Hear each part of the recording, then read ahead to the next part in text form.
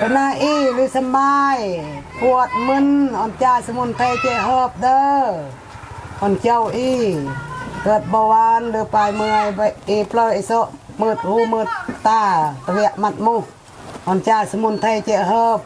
ตอนนั้นละได้เกี่ยวตัวข้างป้อมอ่อนปะเสือแต่ในบันร้านมูจำนายหานางตุนหวยน้ำซันนอนตัวตีบตัวแดนตัวโมระใต้เกจ้าหรือฮับประกันฮับผิดชอบก็เตะและนอนหรือรับ